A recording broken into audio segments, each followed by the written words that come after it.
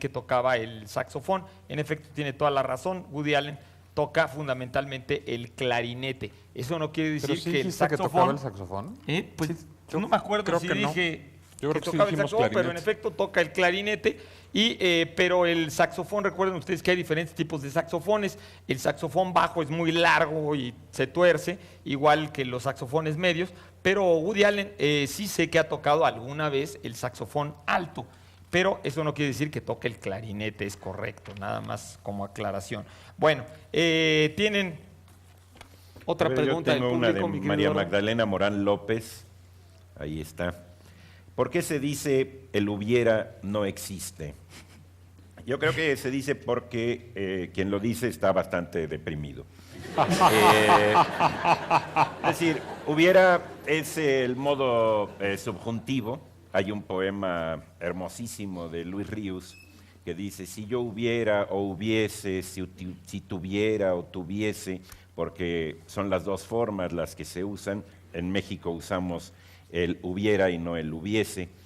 Hay quien usa el hubiese, pero suena como una cuestión simplemente de elegancia añadida o de arcaísmo. Y dice, si yo hubiera o hubiese ido al mar, dice, pero los subjuntivos no saben ir al mar. Qué tristeza por ellos, ¿no? En realidad, el hubiera sí existe y es de lo que más existe porque gran parte de nuestra vida interior y de la riqueza de nuestros recuerdos y de nuestra memoria está también constituida por todo lo que hubiéramos hecho. Ese carácter condicional de algo que no sucedió no quiere decir que no exista, existe y nos llena profundamente. Entonces Sí, hay no, no que habría futuro usar tampoco. ese hubiera y ese hubiese también. Yo Sí, creo si no, que no además hubiera el futuro. hubiera es un gran ingrediente narrativo.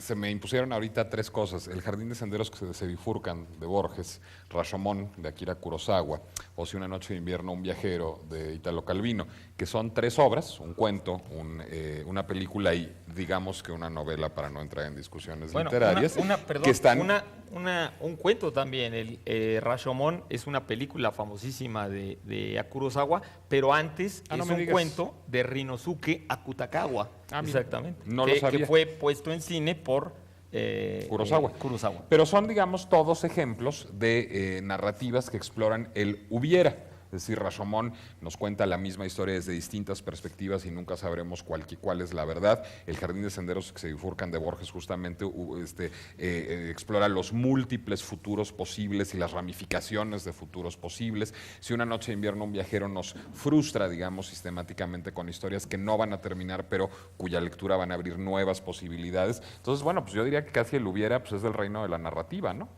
Y es el reino de gran parte de la vida interior y de la memoria. Ahora, tú mencionabas algo del futuro.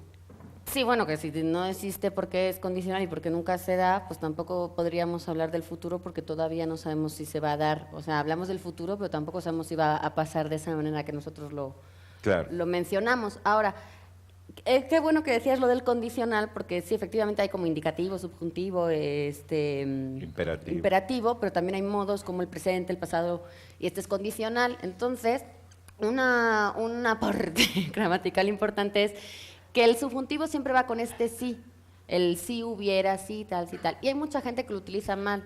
Decía, sí habría ido, y no es si hubiera ido. De hecho, hay bastantes canciones que repetimos todos bastante a menudo donde está mal empleado el... Lo que pasa es que en las canciones se licencias. dice cualquier cosa. Pues si se puede decir, escuchas... Agustín Lara dice, y en tus ojeras se ven las palmeras borrachas de sol. Bueno, que estén borrachas de sol pasa, porque pues se mueven las palmeras. Pero que estén en las ojeras, ¿sí?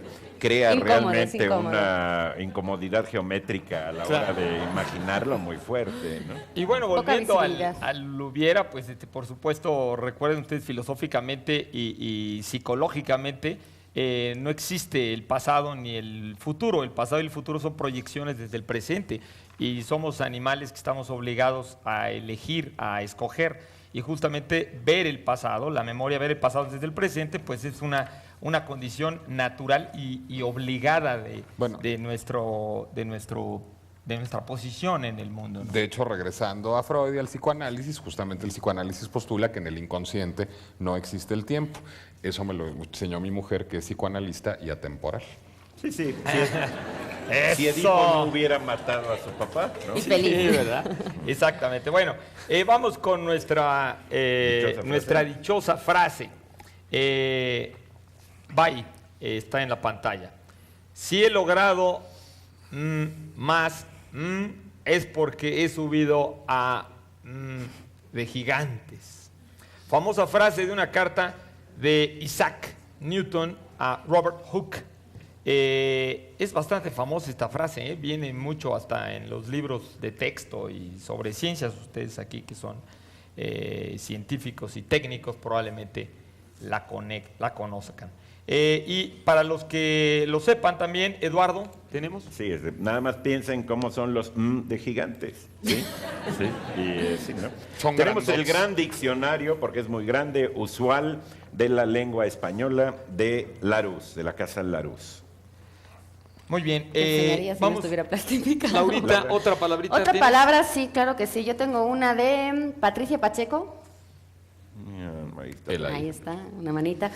Preguntas por el origen de la palabra favelas. Yo me imagino que te refieres a los asentamientos, a las construcciones, porque favelas con B alta, es un apellido de diferentes A lo mejor personajes pregunta por famosos. las Isidro. primas de Don Isidro.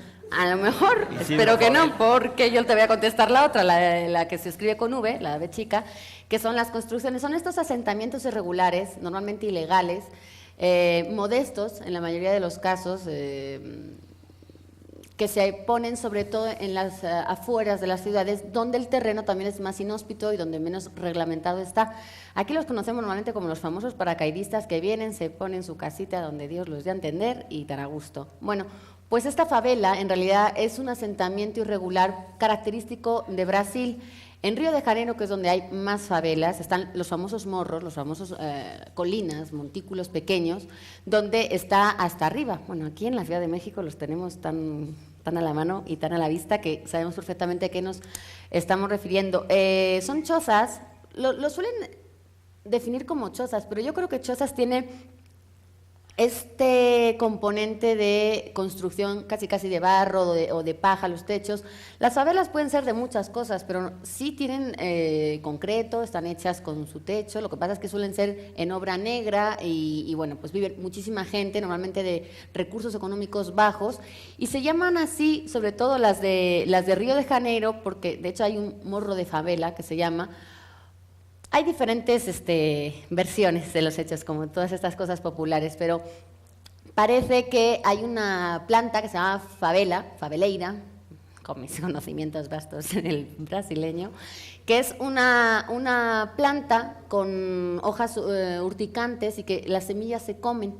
Entonces parece ser que los soldados del finales del siglo XIX estaban esperando a que les dieran casas a cambio de haber ido a la guerra, y nunca se las daban, y cansados de esperar, lo que hicieron fue construir donde había sitio, y entonces era en esas colinitas, en esos morros, y empezaron a hacer ahí sus casas modestas, porque bueno, me imagino que también las construían ellos y no tenían como un conocimiento amplio de arquitectura, ni de geografía, ni lo que haga falta para construir las casas, y parece ser que por ahí empezó, pero hay también varias versiones de que esta faveleira, esta planta, la mandoca brava también que se llama, era una planta que abundaba en estos cerros y que había muchos pobladores que subían a estos cerritos, a estos morros, a recogerlas para luego para comerse las semillas.